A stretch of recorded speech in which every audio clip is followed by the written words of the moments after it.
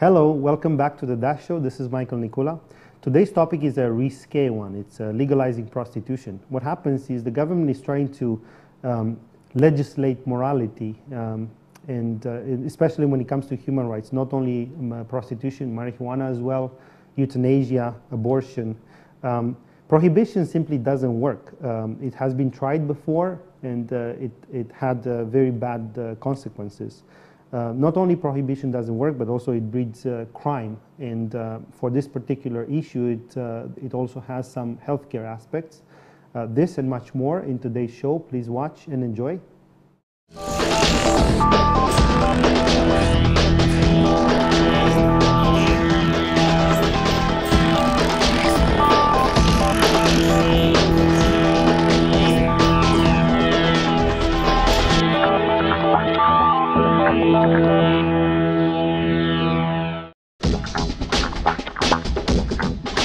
Hello everyone, welcome to the Dash Show. My name is Dave Barkley. Today we're talking about prostitution, which is a topic I don't know a lot about, but as you can see, I've really gotten to the spirit of it by wearing my pimp hat today. Today on the panel we have some experts. We have Trisha Bapti, who is from a women's rights advocacy group called Eve, and we also have Tushar Pine, who is a criminal defense lawyer. All right, and we also have Nick and Kevin, who are just ordinary Joes. Does Nick or Kevin, do you have a question for our panelists? I do. In fact, I'm going to start with Tushar on my left. Tushar, why is prostitution illegal?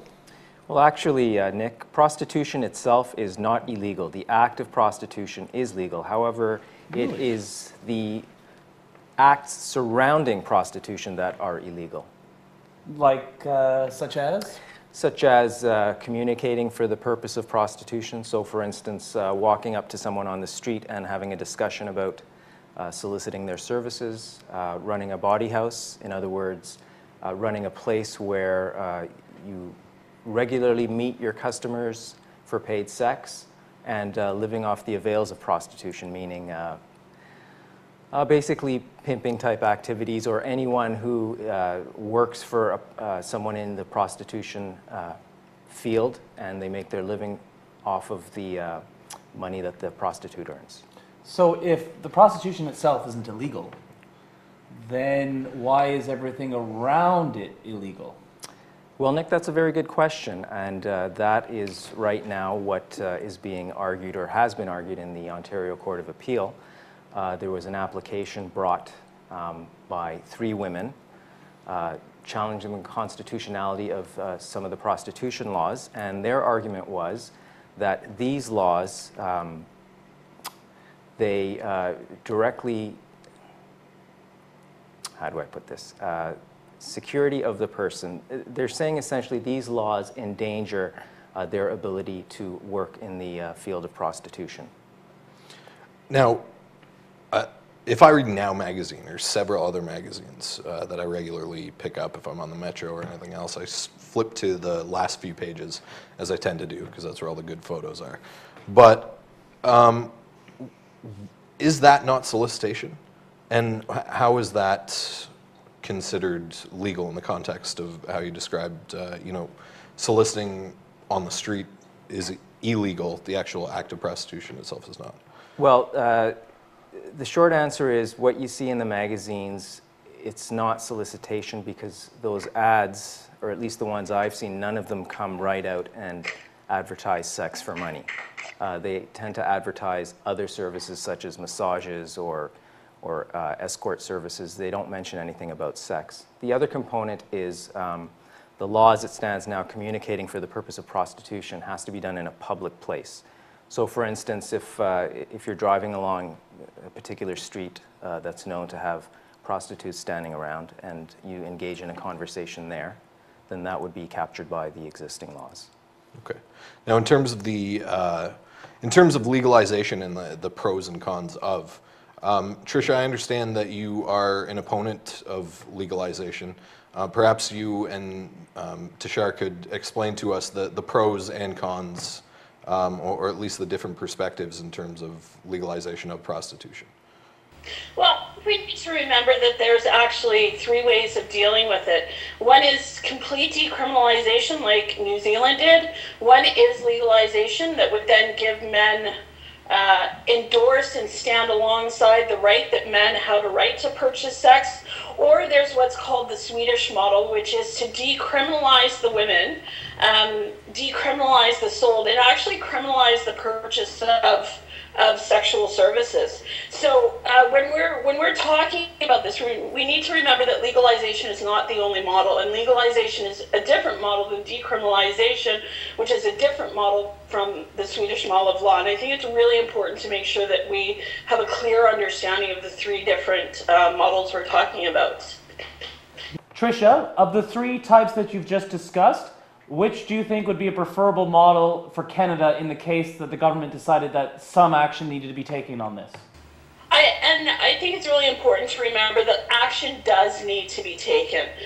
These laws that we have on the books right now were created in a different era, in a different time, and they haven't kept up with the transition of society. They haven't kept up with technology. They haven't kept up with anything. So we absolutely do need to be dealing with our prostitution laws. I recently just got back from Sweden. I was there for a two-day international journalist conference that the Swedish government put on, and it's to tell and educate about their model of prostitution law, their model of gender equality law, and what they do around human trafficking. And that's the model of law that I think most equality-seeking women's organizations in Canada right now are going after.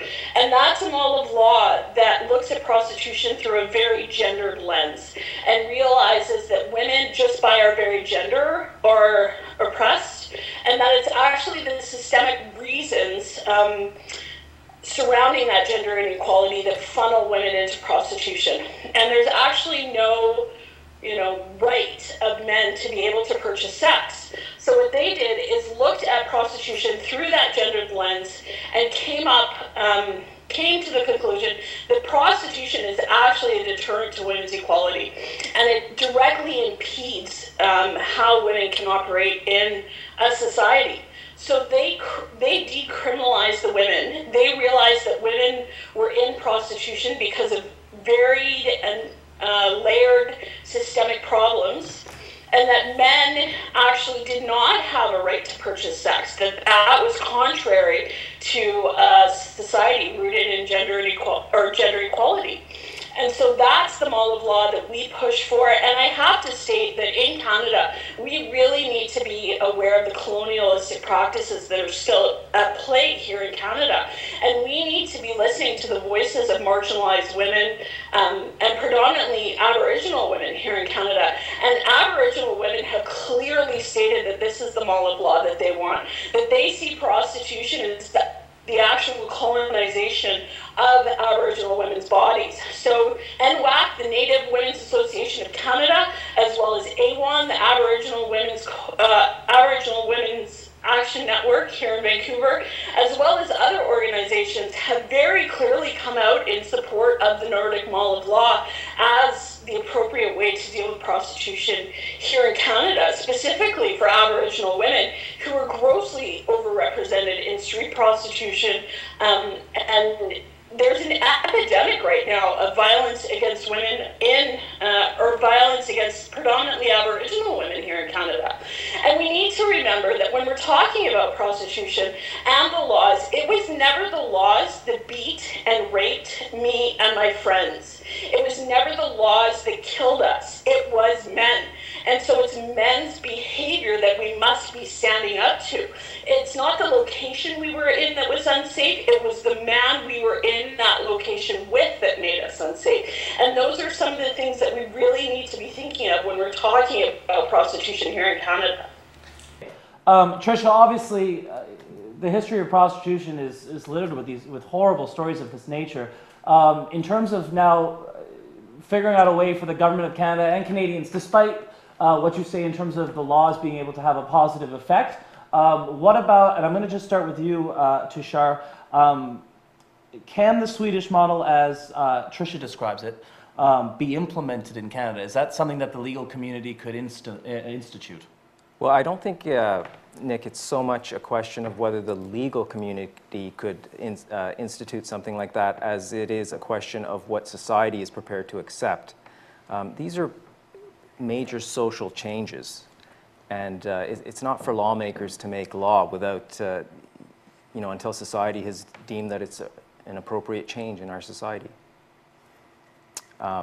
As it stands now, I mean, from what it sounds to me like is Trisha's saying that in Sweden, the prostitution is legal. However, they're taking a double-pronged approach in that it's not criminalized, but they are taking steps to help women so they don't enter into that field. Is that my understanding, Trisha? No, not at all. It's absolutely illegal to purchase sex. Okay. It's absolutely illegal to pimp. That is illegal. What they have decriminalized is the women because they realize they're out there because of systemic issues that force them there. And I have to say, when I was in Sweden and I talked to prostituted women in Sweden, they very, very much like this law because the police no longer saw them as criminals. So they were then able to actually help the police and enhance their relationship with the police by not being seen as criminals. So if they were, suffered violence, if they did suffer rape, if they did suffer anything, they were free to go to the police and talk to them because they were no longer a criminal. And the other thing is, Sweden did legalize prostitution, and I think that's a very important point here. In the 60s and 70s, they legalized it. And what happened was in the mid-90s, they took a step back and realized that legalization had accomplished nothing of what they had hoped for. And so they looked at the issue again, and that's when they came up with this legal solution, which was to absolutely criminalize the male demand for paid sex, pimping, and all that kind of stuff. And one of the unexpected outcomes of the passing of this law was that human trafficking exponentially dropped within Sweden because there was no safe place for traffickers to take their products. So next door in Norway, and in other countries, human trafficking and prostitution expanded, and Norway then passed the same law as Sweden did, and other countries have actually followed suit as well, realizing that this is a very effective way to not only stand up to violence against women and to err on this side of gender equality, but it's also an excellent way to stand up to organized crime. So you believe then that the Swedish model would be a good alternative for Canada's laws as they stand now? Absolutely. Absolutely. And what do you think, Mr. Tushar? Well, again, like I said, I think it's up to society to decide whether that's the approach we want to take. I mean, if the will is there, then the laws can certainly be written. And we also have to remember, though, that laws set the standard for the way in which society goes, right? When I was growing up, violence, domestic violence wasn't a criminal offense. My mom had to charge. She never charged because there was nowhere to go. And then in the 80s, the laws changed, and now the police charge and take the pressure off the women. And that has changed the way in which men have viewed treating women, and we need to set laws that err on the side of women this time. We need to set laws that stand up to the male behavior that's very predatory and actually impacts all of society. And Dutch nurses, of course, it's legal in their country to purchase sex, and Dutch nurses at the beginning of the year had to come out with an entire campaign about how providing sexual services wasn't part of their job. So wherever you have legalized prostitution, you have to look at how it's going to impact other jobs and the lives of other women as well. Of course, the social welfare aspects of prostitution are incredibly important, but I just want to sort of focus back again to sort of the legality of things and protections under the law. Tushar, can you just talk very briefly about the Swedish model that Trisha's proposed and sort of talk about whether that could be applied in Canada? Well, what I would say about the Swedish model that Trisha has described, at least from my understanding of it, what we have here in Canada is completely opposite in that, like I said earlier, the act of prostitution itself is legal. However, the activities surrounding prostitution are illegal. Now, the argument that was made in the Bedford case is that by criminalizing the activities surrounding prostitution, you're actually making it far more dangerous for the prostitutes. For instance, communicating for the purpose of prostitution. The argument went that since that activity is illegal, when a prostitute is approached by a John in a car, her only real choice is to jump into that car. She cannot engage in a proper conversation so she can determine for herself whether that's a safe person to be going out with. And that leads to a dangerous situation. Another one of the laws, the body house laws, because women are not allowed to run body houses, that means they are making outgoing calls. They're going to strangers' places, places that they're not sure about, and this creates a dangerous situation as well. The third area was living off the avails of prostitution, where the argument was that because it's a criminal offense to live off the avails of prostitution, the prostitutes are unable to hire security guards or someone to drive them around to take them from one job to the next, and that creates a dangerous situation for them. So would the Swedish model effectively close, if not all, then at least some of those loopholes and make it safer?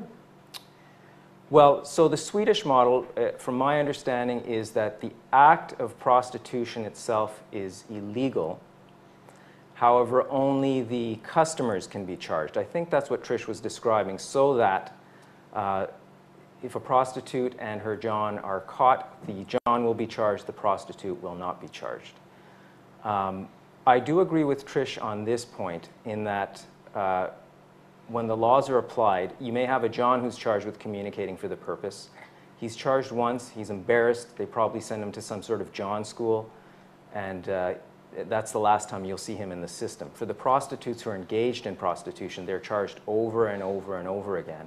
And what ends up happening is it's a tariff system, essentially. The first time they may get some kind of probation, then they get a fine, and before you know it, they start racking up jail time. All right, thank you very much, everyone. That was our show. As you can see, I've changed hats, now endorsing the Swedish model. Thank you very much to our panelists. We had Trisha, who came to us all the way from Vancouver, and you can check out more about Eve at educatingvoices.ca. Thank you also very much to Mr. Pine, and Kevin and Nick. Thank you very much. Have a great day. Look, everyone, I'm sorry I've been told that the hat I was wearing at the beginning of the show was not appropriate. It's not a pimp hat, it was a sombrero. And then the other one was a Viking hat. So now I think I finally got it right. But furthermore, we've been talking a lot about prostitutes, kind of in general terms, in legal terms, but I want to tell you a story about a prostitute that I know and love, my beautiful wife, Linda. Now, by a lot of people's definition of prostitute, they might not think that she is one. She doesn't look like a prostitute. In fact, she's been wearing a parka 24 hours a day ever since she saw the movie The Shining. I don't know if you remember the last scene in that movie, but Jack Nicholson's character froze to death in a hedge maze. And whenever Jack Nicholson is in a movie, Linda really identifies with him for some reason. And ever since then, she's worn 5 layers of clothing to protect herself from that possible death. Anyway, the important thing is she has sex with me several times a year on my birthday and also on Labor Day to get ready for the school year. She's a teacher. Furthermore, sometimes I give her money. For example, if she wants to give me a present in the form of a big bag of candy, I'll sometimes, and she doesn't have any cash on her, I'll give her some money so she can buy candy for me. A lot of people don't think that's prostitution, but there is sex and money involved in our relationship. So, and it also causes me to act out by eating too much candy. The point is, this harrowing story should tell you all you need to know about prostitution. My name is Dave Barkley. Thank you very much. Welcome back. That was a very interesting discussion. If you want to know what my opinion is, or if you want to give us your own opinion and vote on this issue, please go on the website www.onlineparty.ca and have your say. Thank you for watching The Dash Show.